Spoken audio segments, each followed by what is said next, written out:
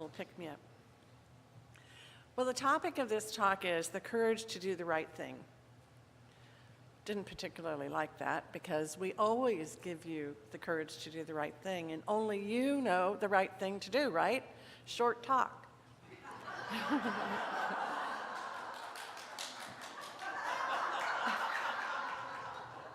I worked hard on this. Because how do you go from that, But there's some guidelines that can help us take the rough edges off of life, and that's what I want to talk about this morning. Thousands of years ago, there were a group of people in southern Mexico called the Toltecs. They were known as men and women of knowledge. They were scientists, they were artists.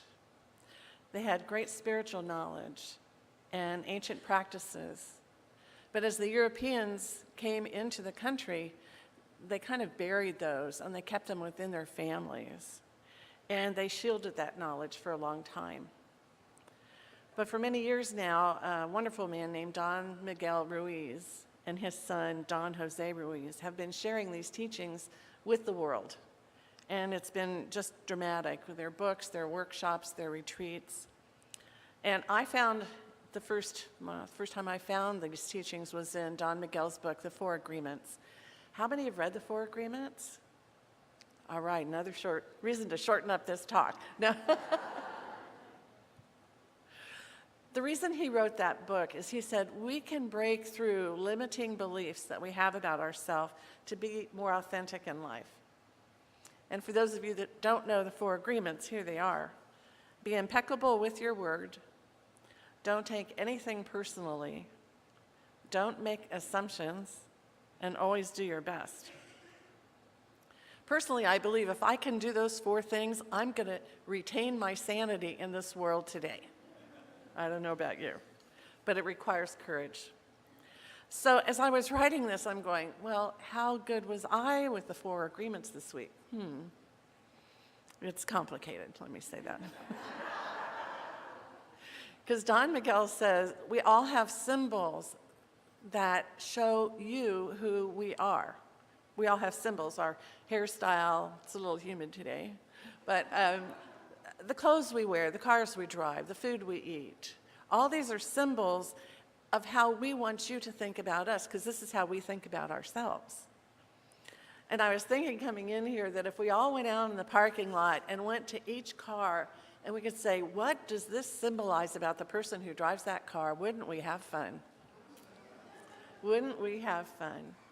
But our opinions aren't the truth. It's just what we think might be the truth. They're just our opinions. Because I drive a Toyota Highlander. It doesn't shout out minister. I don't know what would. There's no glamour there. But it's good for hauling around baskets of shoes for souls and food for the food banks and things like that. But there's many other symbols that we have, like good mom. What does a good mom look like? Or a good dad, or a good boss. We have symbols for what it means to be healthy. If you go to with someone in a restaurant, what's on the menu is never what people want. They want it this way or that way, or turned upside down, or no this or no. Anyway, it gets complicated. But symbols tell people who we think we are. That's not true either. We're children of the One. That's who we are. But they describe ourselves. And it's our assumptions about ourselves, isn't it? It's our assumptions about ourselves. So, the Toltecs, they didn't have many modern conveniences, but they knew the power of the mind. And what they taught is self-mastery. How to master the power of your mind, because they really believed what they believed created their life experience. They believed self-mastery would guide them out of any area of suffering, and it would return them to their true nature of happiness, freedom, and love. That's a teaching I want to learn. So we fast forward a few thousand years, and here we are. And even more people believe that God is the infinite creator that created each one of us. We believe that through spirit, we use the same laws of the universe that guide the universe. What we think and feel and believe impacts our subconscious mind, and by the law of cause and effect, brings into our experience that. We believe our true nature is happiness, freedom, and love. Now, I hope that sounds familiar to you. Do I hear an amen? Thank you. Oh, man.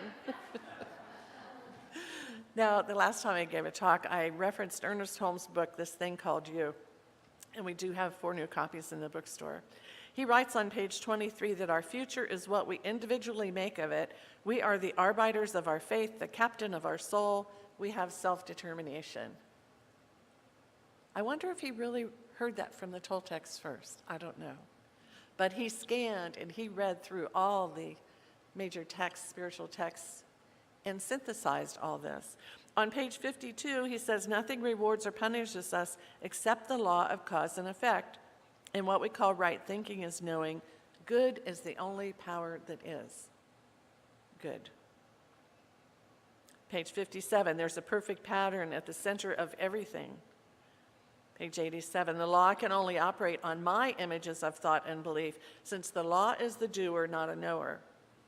So that's why we want to keep our images clear. We want to see clearly. So I could go on, but what Don Miguel says is we begin in self-mastery to be aware of what is real versus virtual reality. Now, I used to think virtual reality is you put on a headset and you watch a movie or something. I don't know. I really have not tried that. But he says what we're constantly living is virtual reality because it isn't real. It's the way we make up our life, the way we do our life. Because we can't change what's real. We can't change gravity. We can't change how the universe operates, but we can change our experience of how we do life. For Sue and I, one of the symbols you've probably noticed is we like to wear comfortable shoes. Now, if I wanted to be a glamour girl, I'd come in with 4-inch heels and you would go, what in the hell is she doing? Isn't that right? You would say, that's not her. That does not represent who I believe she is. My symbol would be out of alignment with who I think I am and who you think I am. So these symbols are important.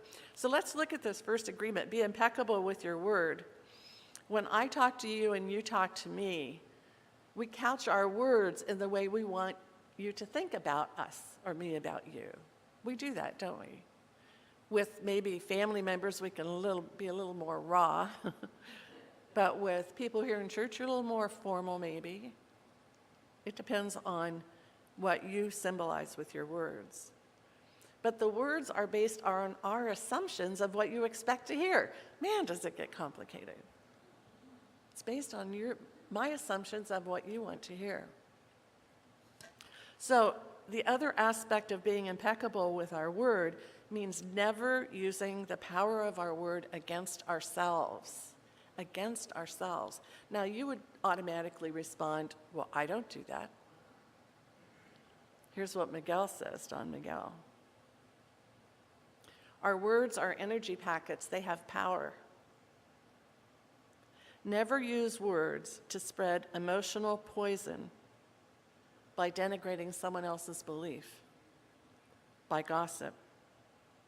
And you know, that's never been more important than it is today because we're bombarded with energy packets of emotional poison, if you haven't noticed.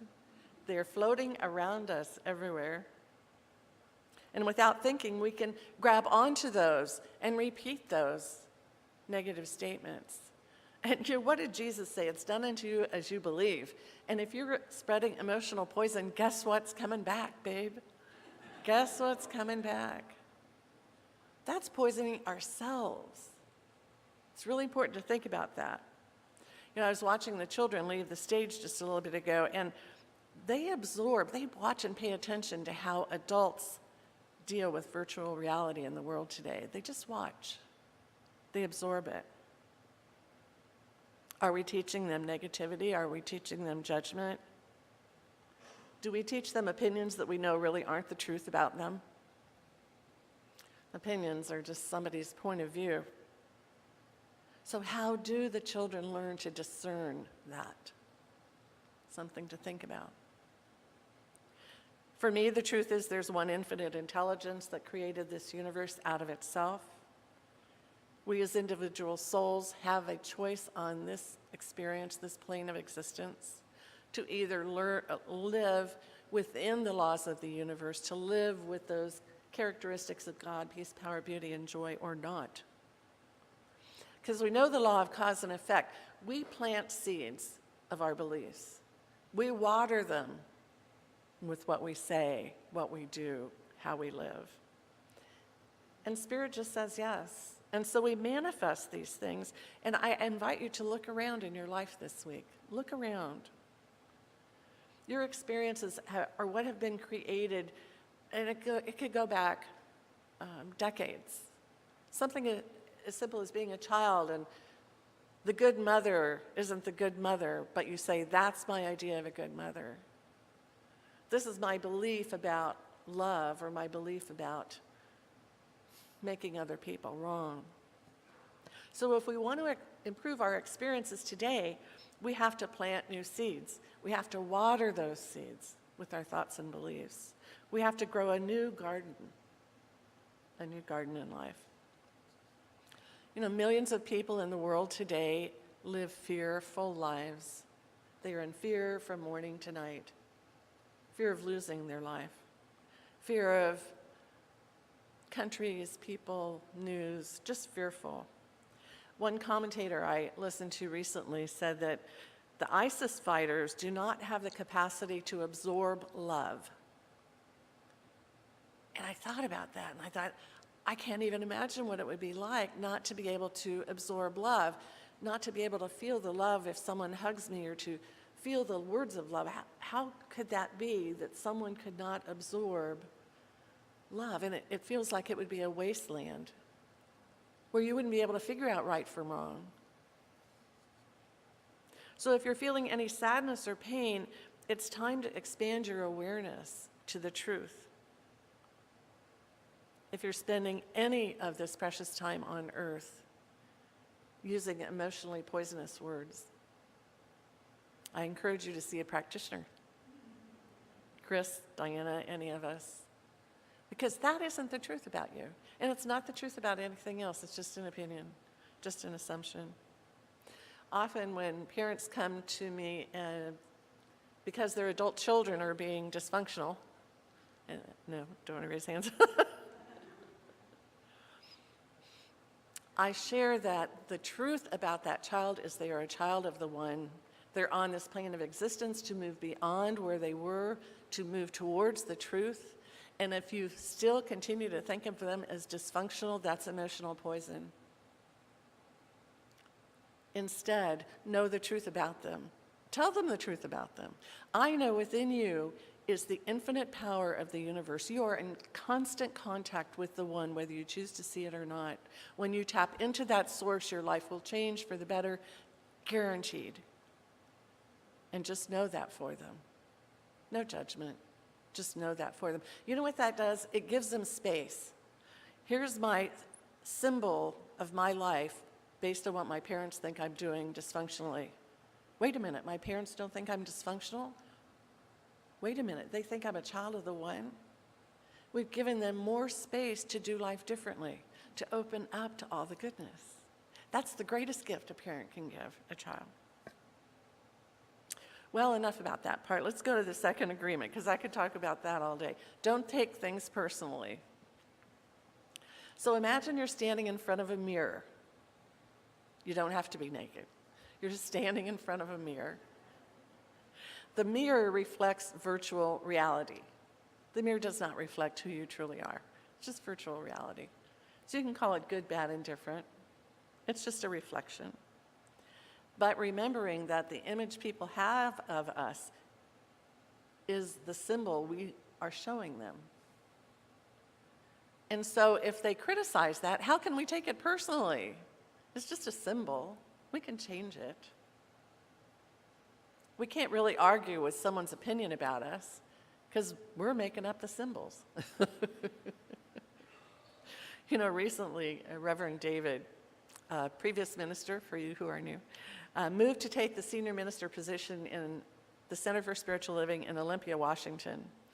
And he was very excited because the board at that center takes care of all the administration, every bit of it. He just gets to do what he loves to do best, give talks, give retreats, give workshops, and do spiritual practices. So he was very, very excited.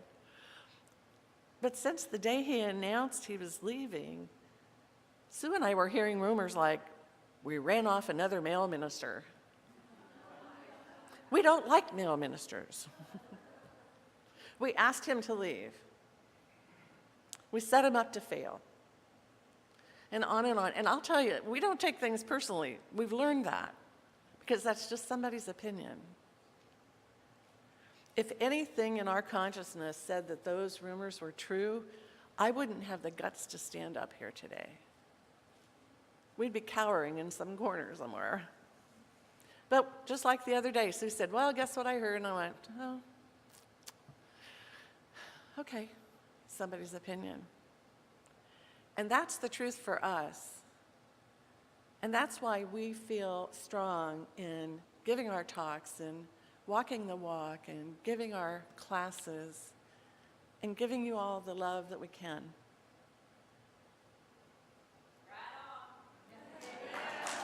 Thank you. So if there's some place in your life where somebody's opinion has hurt you, please go see a practitioner. Find out the big T truth, the truth about you. And the important thing is to love everyone regardless of what they say. The third agreement, don't make assumptions. Well, that's a fun one. You made an assumption about the topic of this talk. Be interesting to find out what you thought. Don Miguel says when we make assumptions, we're looking for trouble because assumptions are not the truth, they're fiction. Watch the news, wild ideas, crazy ideas, drama, drama, drama, fake news, partial news. Assumptions can create drama where there isn't any. We schedule a lunch meeting with someone and they don't show up on time and our minds go, whoa, wonder what's happening, fear, fear, fear. We observe two married people having lunch, man and a woman, and assumptions. I had to work in corporations for many years and that was something I had to do. And I remember at times people go, they would walk right up to the table and go, hi, Mary. You know, who is this person? Very interesting things.